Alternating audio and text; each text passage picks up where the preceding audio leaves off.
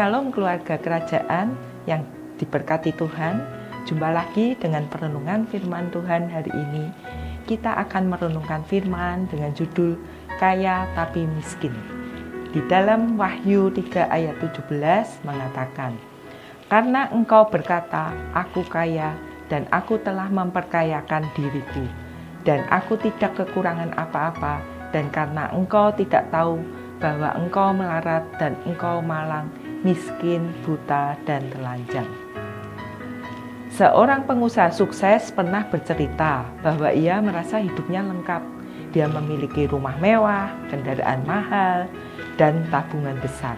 Ia juga rajin hadir di gereja, memberikan persembahan, bahkan dikenal sebagai dermawan. Namun, suatu hari ketika menghadapi masalah keluarga yang tidak bisa diselesaikan dengan uang, ia menyadari betapa kosongnya hatinya. Ia merasa kaya secara materi dan bahkan rohani karena aktivitas agamanya. Tetapi sesungguhnya ia miskin, tidak memiliki damai sejahtera, tidak bergantung pada Tuhan, dan tidak menyadari kebutuhan akan kasih karunia-Nya. Ayat Wahyu 3:17 menegur jemaat di Laodikia yang merasa kaya rohani, padahal Tuhan melihat mereka miskin dan telanjang. Bahaya terbesar dari merasa cukup secara rohani adalah kehilangan kepekaan akan kebutuhan kita akan Tuhan. Ketika kita merasa sudah cukup berdoa, sudah cukup melayani, sudah cukup memberi, kita bisa jatuh dalam kesombongan rohani. Padahal semua itu tidak menjamin kedekatan dengan Kristus.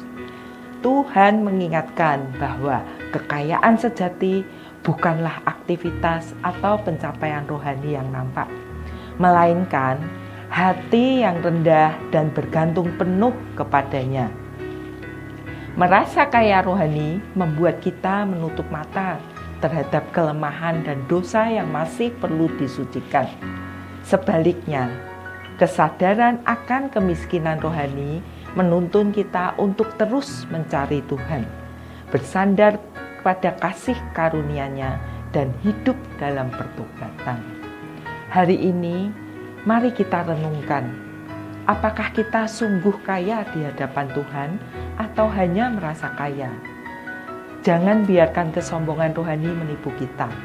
Kekayaan sejati ada di dalam Kristus, bukan di dalam diri kita. Biarlah kita senantiasa dipenuhi dengan kerendahan hati, merasa tidak mampu tanpa pertolongan Tuhan dalam hidup kita. Immanuel. Jika keluarga Allah terberkati dengan renungan hari ini, silahkan like, komen, subscribe, dan bagikan ke banyak orang untuk menjadi berkat juga. Terima kasih, Tuhan Yesus memberkati.